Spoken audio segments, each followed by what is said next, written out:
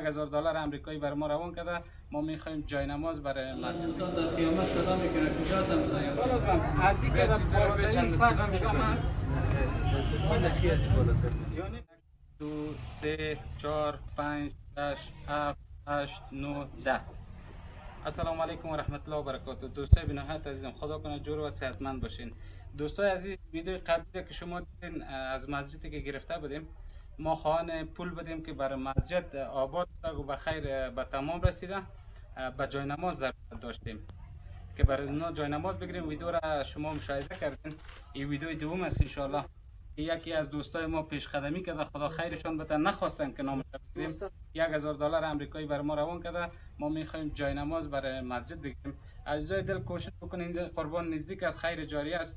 شما هم کوشش بکنین که قدمی کنین تا عید قربان بخیر که کلش بگیریم. خلاص به $1000 نمیشه. البته ناگفته نمونه که مردم محل و مردم منطقه هم کمک خود کردن. خدا خیر نصیبشان بکنه. بازم خواهش داریم از پیششان کوشش بکنن که تا قربان بخیر خلاص شود. شما ویدیو بعدی را ببینین. السلام علیکم. بیشتر که گفتیم قسمی که ما فرش میگیریم بعد مسجد چند ما 15 متره فعلا و ما یک گفتنی که دوست عزیزی نداریم. لالا جان از این که بالاترین فرش کم است، یعنی بالایش باشه. دوستای عزیز، انشالله اینا رو بار کردن میارن.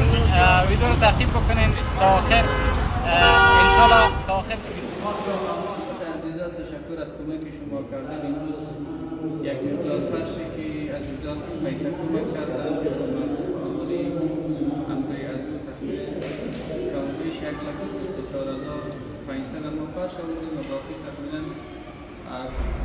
از ما در مجموع مسجد تقریبا 6 روله دیگر کار است که هر روله 40,000 افغانی قیمت دارد.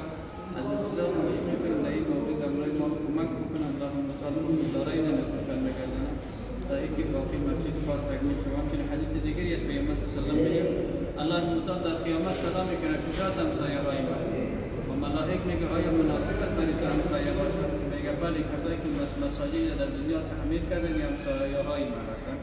به این خاطر ما کوشش میکنیم در قیامت خدا در لیستی کسا و افراد بگیریم که الله تعالی ما را به عنوان همسایه صدا بکنه.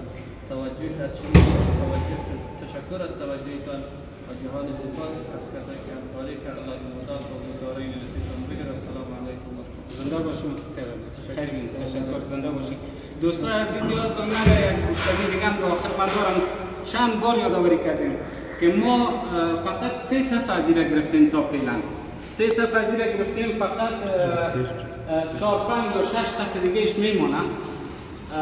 انشالله که شما هم کوشش بکنید که این قربان گفتم رسیدنی است که انشالله تا آخر بگیریم و راستی نبگیم کلش خودتان یک جا بگیرین. هر شخص، هر کس میتونه به اندازه 500 100 افغانی یا مثلا 1 مترش به 1600 افغانی میرسه.